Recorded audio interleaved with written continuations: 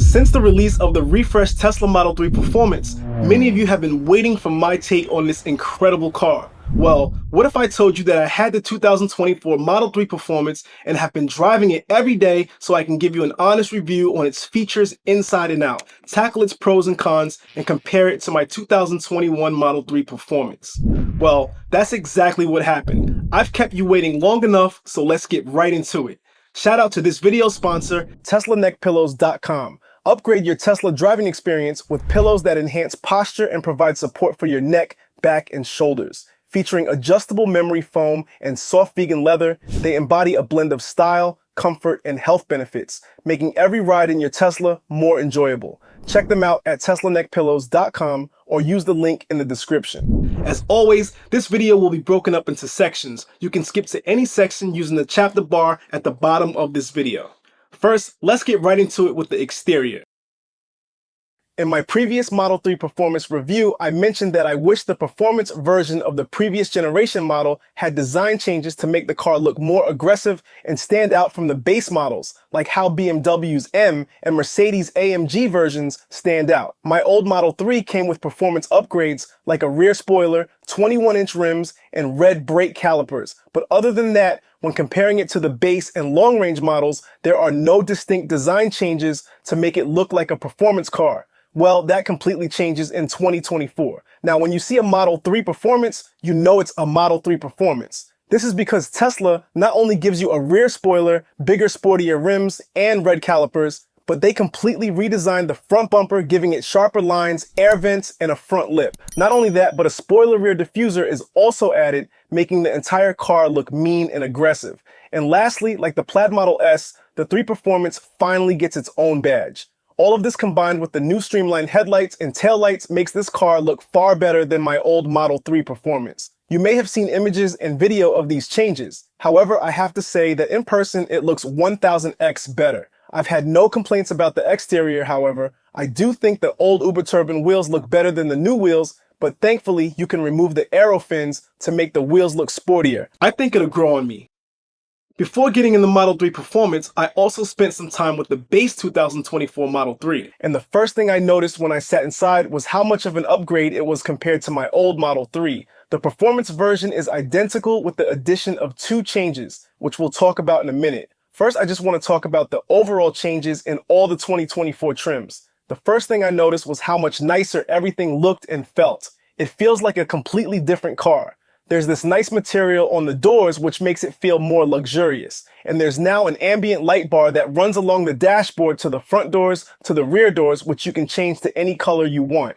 If you've been a subscriber to my channel, you'll know I installed a similar system in my old car here. But these are much better, and it's nice they're integrated into the car and its system, again, making the car feel more premium, like a BMW. When closing the doors, I noticed something strange. It felt like I was locked off from the world because of how quiet it was. The new Tesla features many improvements to decrease outside noise by including double pane glass, shock absorbing technology, removal of plastic trim throughout, and additional anchor points on the rear doors. When I drove the base model, another thing I noticed right away was how much more comfortable the front seats were. The Performance takes it up a notch with its sports seats, which feature enhanced bolstering and a deeper, more engaging seating position.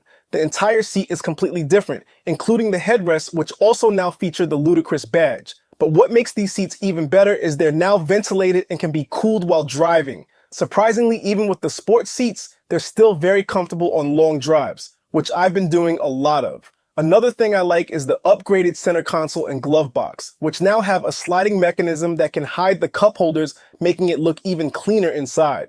Even the wireless charging pads are upgraded, they're bigger, letting you use bigger devices, and they also now double as the keycard location. Let's talk about the steering wheel. If you didn't know, the refreshed Model 3 has a new steering wheel, and it's a big deal because Tesla completely removed all the stalks, moving its functions into the wheel itself with capacitive buttons. I did get used to it fast, and I'll talk more about it in the driving chapter later in this video. A feature that I like and have been using often is the quick access camera button, which is right on the steering wheel and lets you pull up the cameras in an instant, which has been coming in handy while driving. Speaking of capacitive buttons, the interior lights are now capacitive. as well as the secondary gear selector, which is now above you with the hazard button. Speaking of the cameras, the 2024 features bigger cameras that protrude a bit more, resulting in much higher quality and better performance. And while we're talking about performance, the main screen has also been upgraded with thinner bezels and a higher brightness. The system in my old Model 3 already feels fast. However, since having the 2024, the overall system feels much faster and more fluid.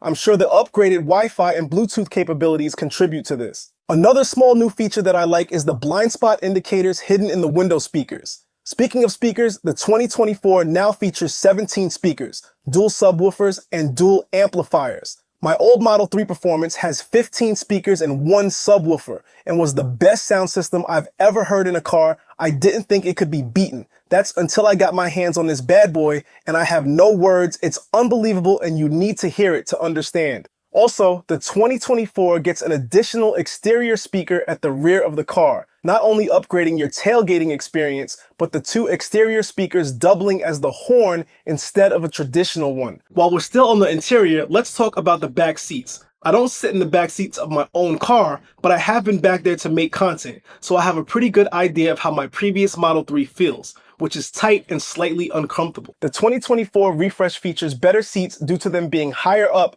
more inclined, and having more cushion added. Somehow, with these changes, the rear gives you more legroom and feels bigger overall. Also, a really cool feature is it now comes with a rear screen like the Model S, but better because it lets your passengers connect two pairs of Bluetooth headphones or gaming controllers, lets them control the rear climate, and gives them chauffeur mode, letting them adjust the front seats to give them even more legroom.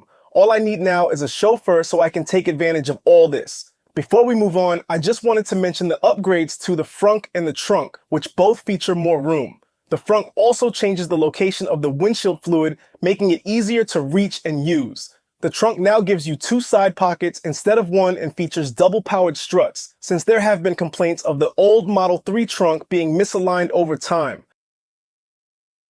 Okay, let's get into what you really came here for, what the Model 3 Performance is all about. Performance. My 2021 Model 3 Performance is no joke. At least that's what I thought until I drove this bad boy for the first time.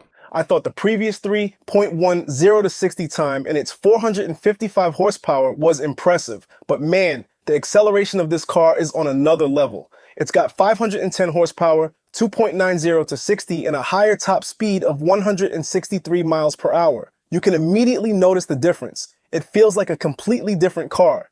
This is due to the new performance drive unit, which delivers plus 22% continuous power, plus 32% peak power, and plus 16% peak torque delivery. Braking has also improved because Tesla now puts their track-ready brakes on the Performance model instead of having to buy them separately like my old Performance. I hate the brakes in my old Tesla BTW as they're terrible. The tires have been upgraded as well. They're still Pirelli P0s, but now the 4 variant, which can handle the higher torque output, giving you better traction, lower rolling resistance, and increased range. The new Performance finally gets an adaptive damping system, which adjusts to driver and road inputs in real time to optimize ride and handling while also improving ride comfort. I've been noticing that the car feels a lot stiffer during cornering, which must be due to the stiffer new chassis. I haven't been to the track yet, but I'm hoping to soon, especially with Track Mode 5.3 now available, which integrates motor controls, suspension controls, powertrain cooling, and Tesla's vehicle dynamics controller under a single unified system.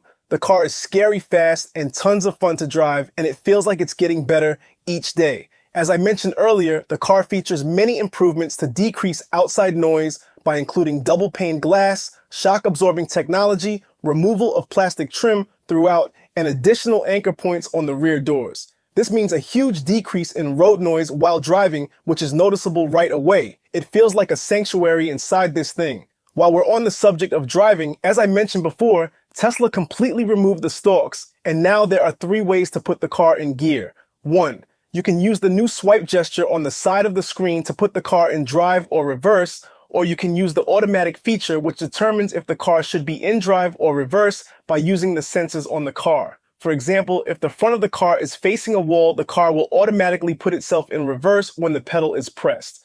If the wall is in the rear, then it will be placed in drive. The third way to put the car in gear is by using the capacitive gear selector above. It takes a little getting used to, and I will admit, I would much rather have the stalks put back. What I have gotten used to and doesn't bother me is the turn signals which are now on the steering wheel. As I've been driving the car, I actually prefer them on the wheel as it's easier and faster to operate. An option that I've thankfully not been able to test is the car's improved side impact protection and better crash protection. I just wanted to quickly mention this since it is an upgrade. So there you have it, my in-depth review of the 2024 Model 3 Performance. If you've been a subscriber of this channel or seen the review of my previous Model 3 Performance, you know that there were rarely any cons except for the looks, which have obviously been taken care of in this refresh. After spending time with the refresh, I can confidently say that this car is absolutely perfect, and if you're interested in it, you should definitely take one for a test drive. I can help by giving you a free 30-minute test drive using my referral code Michael98964. Thanks to accessoriesfortesla.com for sponsoring this video, and if you enjoyed this content, please give it a like and consider subscribing to my channel for more Tesla content like these two videos.